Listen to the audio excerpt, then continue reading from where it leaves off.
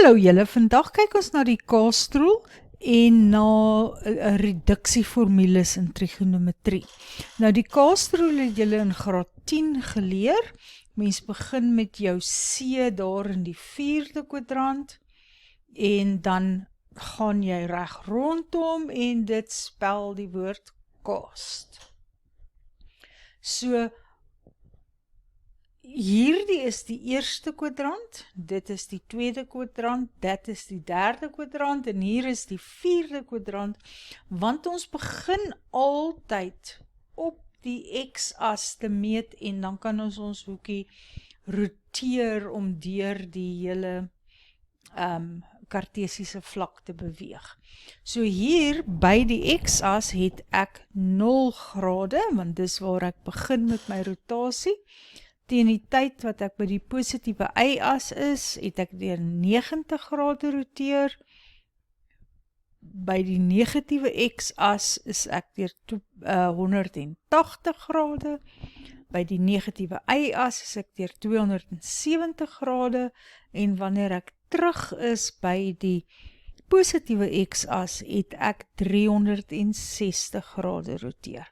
So ons positiewe hoeke, en dit is wat julle in graad 10 gedoen het, meet ons altyd antiklokgewys. Die negatiewe hoeke wat hierdie jaar bykom in graad 11, meet ons altyd kloksgewys. So dit is eintlik maar dieselfde storie, ek begin weer by 0 grade, maar hierdie slag meet ek die kant om, so wanneer ek hier by 270 kom, het ek deur minus 90 grade gegaan. Goed, ek gaan nie veel meer oor die negatiewe hoeke sê nie. Ons sal dit in voorbeelde sien en dan gaan julle sien hoe dit werk. So, die K-stroel vertel vir my watter verhoudinge is positief. So, in die eerste kwadrant is almal positief, almal. Hier is sin positief, hier is tan positief en in die vierde kwadrant is kos positief. So nou gaan ons kyk na die reduksieformules. Nou om iets te reduseer beteken jy maak dit kleiner. So ons het reeds geleer dat hier in die tweede kwadrant kry jy stomphoeke. As ek hier 'n hoek gaan teken en ek meet hom hier, want ek meet van die positiewe x-as af, dan is dit 'n stomphoek, dit is 'n groot hoek. So, ek wil my groot hoeke kleiner maak. Ek wil hulle eintlik so klein maak, dat ek 'n skerp hoek het. So 'n hoek in die eerste kwadrant. Nou ja, dit is waarna ons vandag gaan kyk. Ek het reeds hier op die bord 'n getallestelseltjie, 'n assestelsel, 'n kartesiese vlak.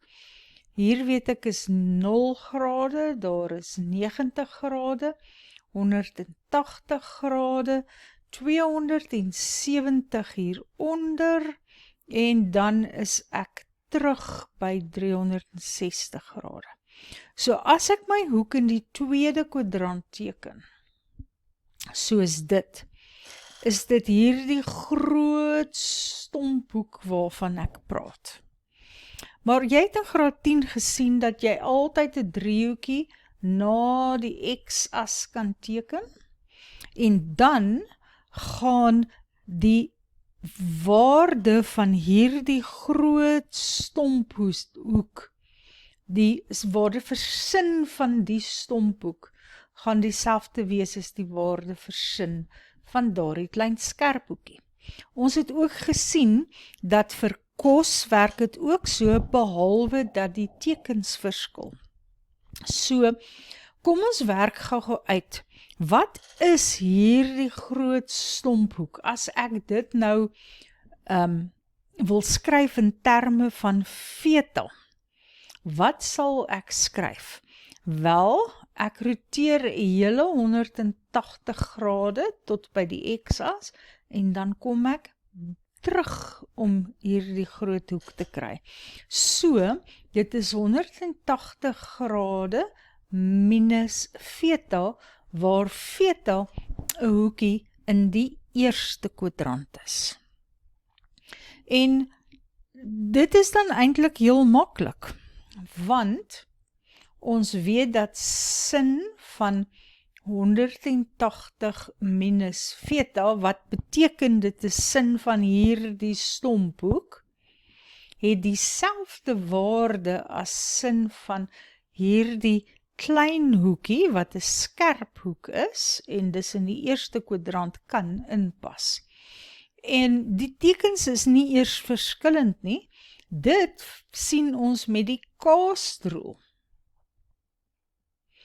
Want sin in die tweede kwadrant is positief.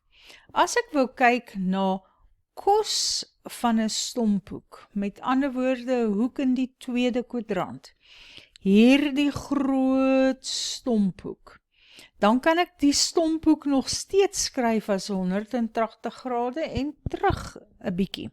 So dis 180 grade minus theta. Onthou, sodra jy kloksgewys gaan, is dit 'n negatiewe hoek. En dan weet ons uit voorbeelde van graad 10 dat dit presies dieselfde waarde gaan hê as cos van theta. Maar cos is negatief in hierdie kwadrant, want sin is die positiewe een, daarom kry ek min cos theta. En dieselfde vir tan van 180 grade minus theta, beteken tan van hierdie, beteken tan van hierdie groot hoek, want hierdie groot hoek is 180 grade minus theta. Ons weet dit gaan dieselfde waarde hê as tan van daardie skerp hoekie, maar tan is ook negatief in die tweede kwadrant, want sin is positief. Goed, kom ons doen dieselfde vir die derde kwadrant. Eerstens wil ek hier so 'n springende hoek teken. Daar is my groot inspringende hoek. Ek weet reeds dat ek 'n driehoekie na die x-as kan teken, dit is baie belangrik.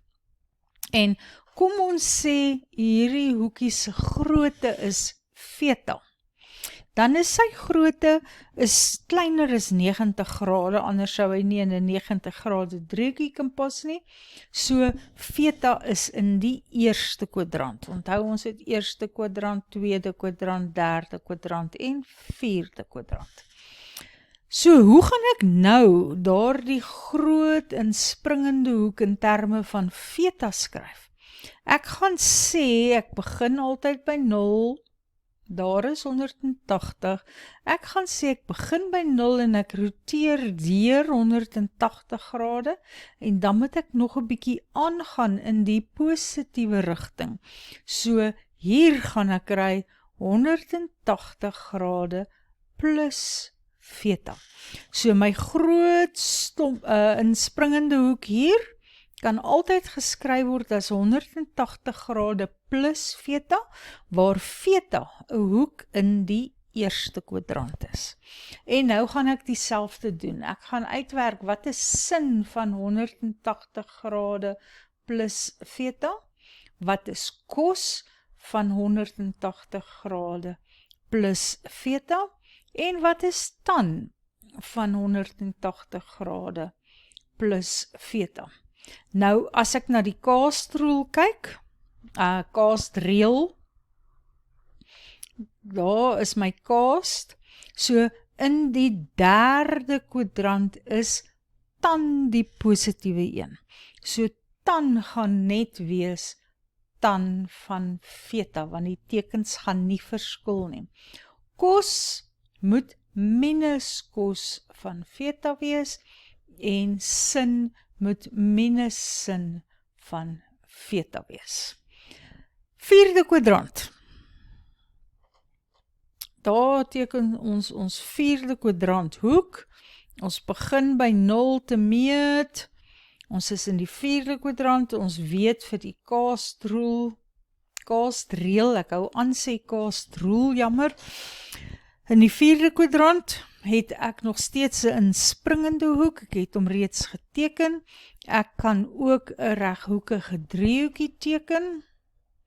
En net soos wat ons in die vorige kwadrante daardie skerp hoekie theta genoem het, so theta self is 'n skerp hoek, so hy behoort aan die eerste kwadrant, maar in daardie driehoekie het ons 'n skerp hoek, kan ons daardie groot inspringende hoek gaan skryf as, nou ek mag nie sê 270 plus iets nie, want ek reduseer na die x-as toe.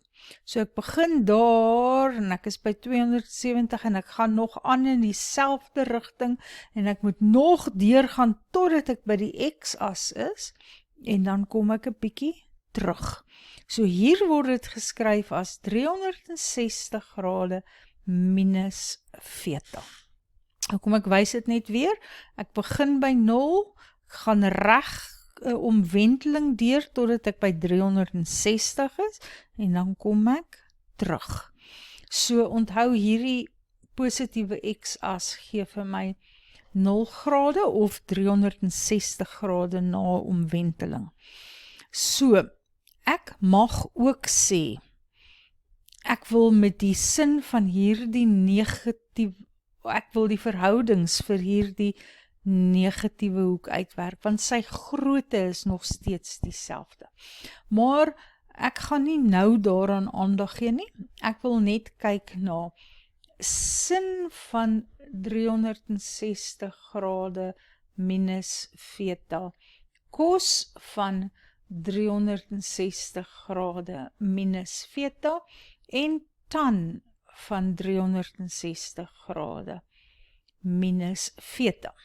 Nou volgens my kaasreël het ek cos in die 4de kwadrant, so dit beteken cos is positief, so die cos van hierdie groot hoek gaan dieselfde wees as die cos van hierdie skerp hoekie. Goed, net so gaan sin van die groot hoek dieselfde wees as sin van die skerp hoekie, maar in die 4de kwadrant is sin negatief. En tan is ook negatief in die 4de kwadrant. So dit gaan ook wees minus tan van theta. Kom ons doen net 'n opsomming. Waar gaan ek nou? Daar is my kartesiese vlak.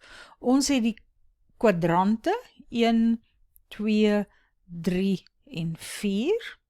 Dan het ons 0 grade hier, 90 grade daar, 180, 270 en ek is terug by 360 wanneer ek by die x-as is. As ons hoek theta in die eerste kwadrant is, dan kan ek my stomphoeke gaan skryf as 180 minus theta.